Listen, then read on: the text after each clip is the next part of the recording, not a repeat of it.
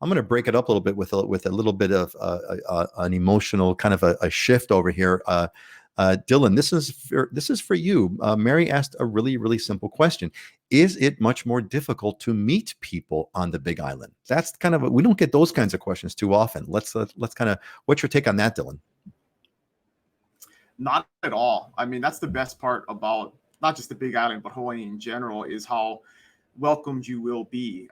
That's got to be your default assumption, and that's going to be the case in almost every case. So from a matter of meeting people, I mean, obviously now there's not as many gatherings and stuff. So given the current environment, I would have to say it's probably a little bit more difficult. But in normal cases, no matter what you're interested in, whether it's, swimming or crochet or playing cards or whatever, there's clubs for everything. There's community groups for everything.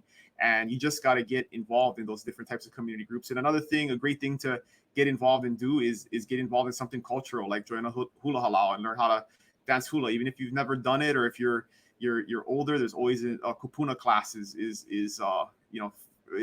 being senior or if you're a kid, put your kid in some class like that, something that you'll meet people from the community and they'll definitely take you in and embrace you. So I don't think that should be something you should be worried about at all. That's a really good point. I think joining a hula halau or a canoe paddling club, those kinds of things will really get you connected with a really a local vibe, big time. There's tons of groups who do like beach cleanups or highway cleanups. Those are the kind of people you really love and care for their community, and those are the kind of people that you want to be around. So there's lots of opportunities to be in those types of groups. Yeah, there's always a volunteer opportunity. I think you kind of just hit the whole. I think you've answered the question for us statewide, but I do want it to go around the table here to kind of see if there's anything you want to add. Scott, is there anything that Dylan that you'd want to add to what Dylan already said? Yeah, and this goes to Big Island, wherever, but I remember having this conversation with a client of mine about 10 years ago. The wife significantly integrated, loved being here, integrated within the community, and the husband was having a hard time, and he wasn't getting out of the house and he wasn't getting involved in things. And no matter where you move, you have to get involved in things you're passionate about or get involved within the community. And that's where you're going to have the interaction, and that's where you're going to have the connectivity.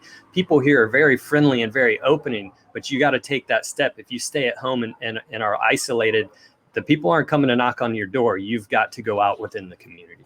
Yeah, well said. You've got to get connected, and there's a variety of ways to do that. Heidi, is there anything you want to add to this that hasn't already been said? Sorry to put you last on this one, but is there anything that you'd like to add?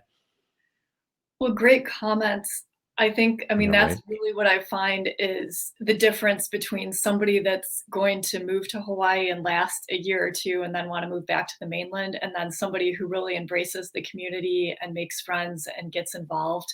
And like was already said, it's just about getting involved in something you're interested in, and there's lots of opportunities. So definitely, get connected, right? Get connected is the moral of the story over here.